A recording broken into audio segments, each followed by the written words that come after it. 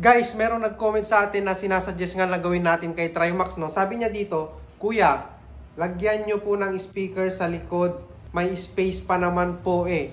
Pa-mention na lang po ako pag nalagyan na. And naka-follow na po ako, pa-shoutout na lang din po. Ayan, so i-shoutout natin si bossing natin na si Rainiel Jake M. Merheldo. Ayan, so shoutout sa'yo bossing.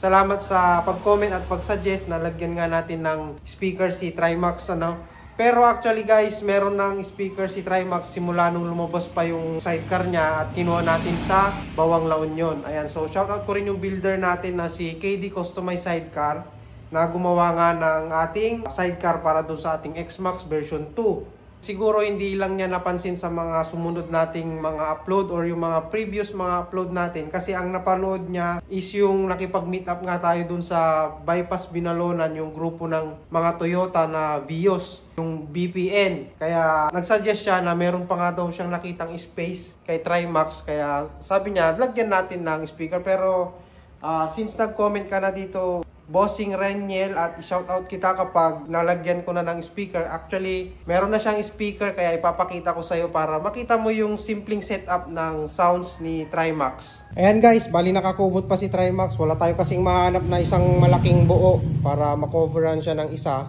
Kaya ganyan muna yung ginawa nating diskarte. Kaya ayan, kumot-kumot muna. Wala kasing lakad si Trimax guys, kaya ito nakakumot lang para hindi naman siya masyadong maalikabukan. Ayan guys, buksan natin to. Bali guys, nandito yung pinaka amplifier ni Trimax, tapos ito yung equalizer. And napagkakamalan nilang TV ito pag nakabukas nga itong pintuan niya and naka-parking tayo. Kala nila meron akong TV sa loob. Mukha kasi siyang TV kasi dark smoke yung ginamit na cover para dun sa amplifier. And yung switch pala nito, nandito siya guys.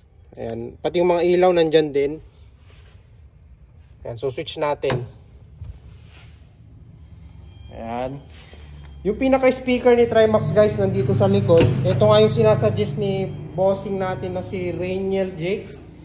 Nalagyan ko nga kasi may space pa nga daw dito sa likod. Pero actually meron na yan guys. And naka-install na yung speaker niya pero may space pa rin.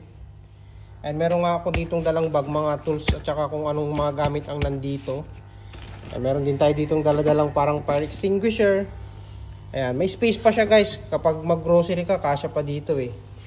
Yan, dala-dala ko rin tong banner namin just in case meron kaming meet up or EB sa Evo Riders Club Philippines. Dala-dala ko lagi yan. And ayan guys, pag nakatalikod si Trimax, ganyan siya. At ito yung mga speaker niya. Hyundai Platinum. Yan, Hyundai Platinum itong dalawa. Tapos ito yung kalagay parang bullet. Titanium bullet tweeter. Tapos yung ito yata yung pinaka base niya. Nilagyan ng cover na clear. Yan, tapos ayan yung pinaka ano niya. Ayan, base. Nakalagay naman diyan SRX 700 JBL, sabi naman diyan.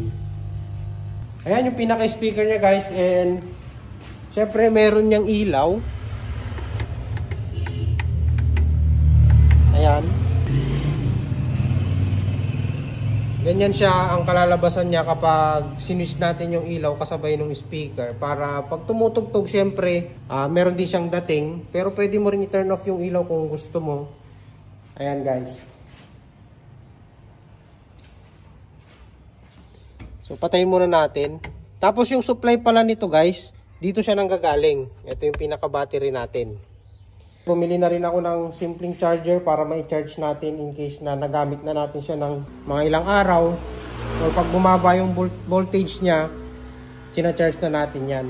So yun guys, yung pinaka sound system or speaker ni Trimax. Salamat kay Boss Rainiel na nag-comment and nagsasuggest nga na maglagay ng speaker dito sa Trimax natin. Ayun, napakita ko na sa'yo bossing. Maraming salamat sa'yo and shoutout ulit. So yun lang guys, maraming salamat sa inyong panonood.